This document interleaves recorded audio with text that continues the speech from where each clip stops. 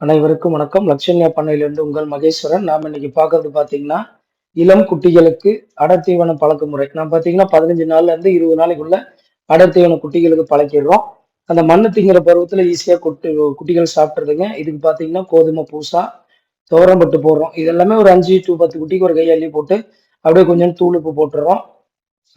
அதுக்கு அடுத்தது பார்த்தீங்கன்னா கொண்டைக்கடலை போட்டு போடுறோம். இது எல்லாமே ஒரு ஒரு கை போட்டுறோம். ஒரு ஒரு கை போடும்போது அள்ளி போட்டு கலக்கி குட்டிகளுக்கு கொடுக்கும்போது கொஞ்சம் நீட்டா சாப்பிடுதுங்க. சாப்பிட்டா குட்டிகள் வந்து பால் பத்தலனாலும் தரமா இருக்குங்க. அதுக்கு அடுத்தபடியா பார்த்தீங்கன்னா, பொட்டுக்கடலை மாவு. இந்த மாவு எதுக்காக குடுக்குறோம் அப்படின்னு பார்த்தீங்கன்னா, இதெல்லாம் கலந்து அள்ளி சாப்பிடும்போது வாயில பிசு பிசுன்னு ஒட்டி நல்லா சாப்பிடும். நாக்கு சாப்பிடும். அது கூட புண்ணாக்கு ஒரு கை போடுறோம். இதுக்கு அடுத்தபடியா பார்த்தீங்கன்னா, குட்டிகளுக்கு மெயினா அடர்த்தீவனம் பழக்கும்போது மண்ணு திங்கிறதில்ல. மெயினா மண்ணு தின்ன பிரச்சனை வரதில்ல. நம்ம இது 10 குட்டிகளுக்கு இப்படி போட்டு கலந்து, தண்ணி தெளிச்சு பெசஞ்சு வச்சுர்றோம். இது பார்த்தீங்கன்னா, புடிச்சா புட்டு மாரி இருக்கும். நல்லா பொல பொலன்னு வெயில்ல காய்ஞ்சிற மாரி இருக்கும்.